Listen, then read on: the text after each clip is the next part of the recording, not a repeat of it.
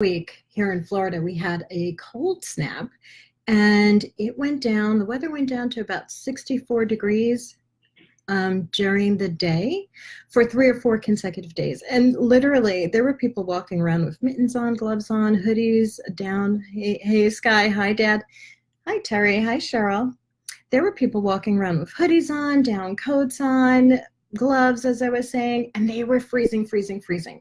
And I have to say, after living in Florida for 3.5 months now, it did feel a little chilly at 64 degrees.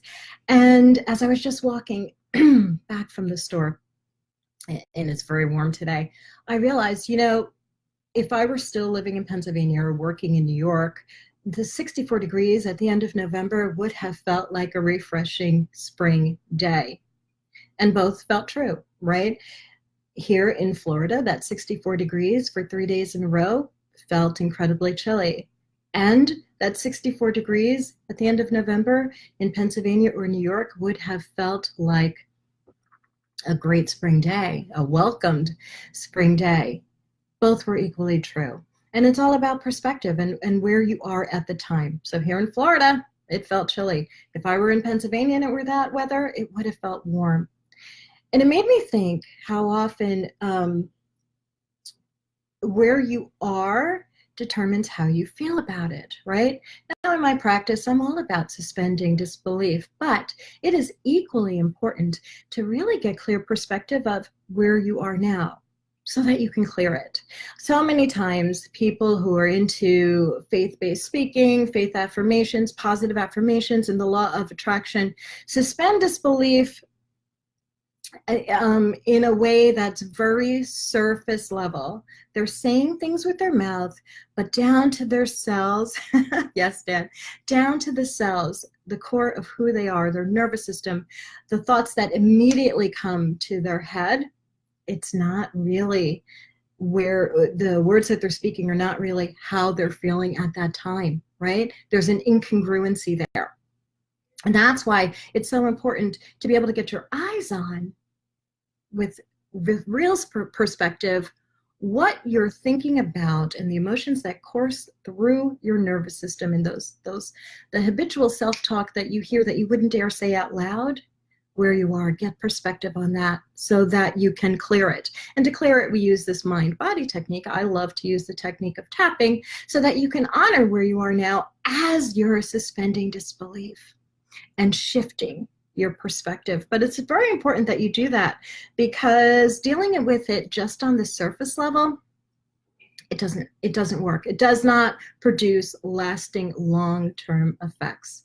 Now, during my 33 years in corporate leadership, I would often use the principle of Ubuntu, and I was reminded of that yesterday during my live broadcast of What About Me? And Ubuntu is a South African principle which literally means the quality of being human.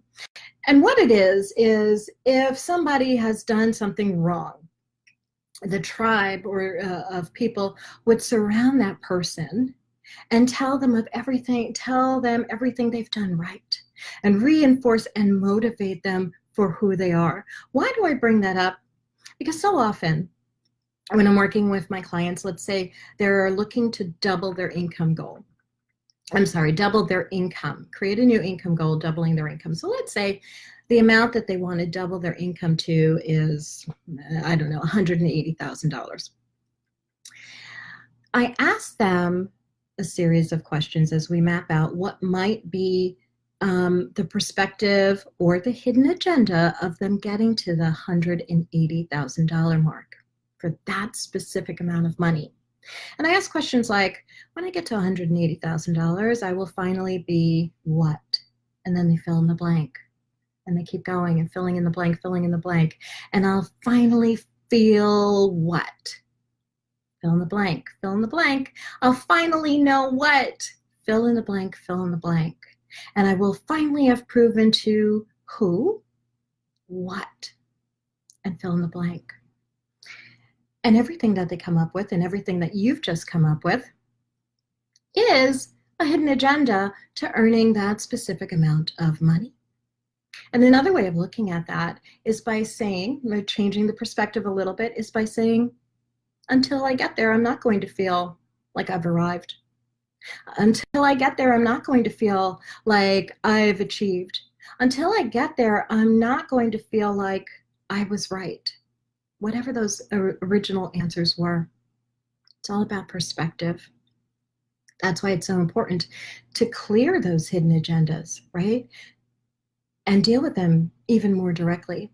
And one way to do that after clearing them is by practicing Ubuntu on yourself. Telling yourself all the ways you already are worthy that has nothing to do with your income goal. All the ways you have achieved that has absolutely nothing to do with $180,000. All the ways you can experience joy and peace in whatever your answers were that has nothing to do with the income goal or the $180,000.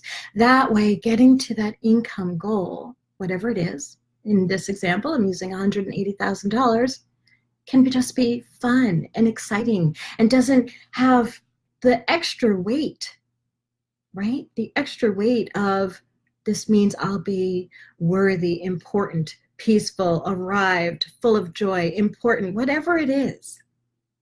So it's all about changing perspective and getting really clear first on where you are and what your perspective is the first part of transformation. I'm Keisha Dixon, the Tapping Queen, and I will see you guys later. Have a great day. Bye.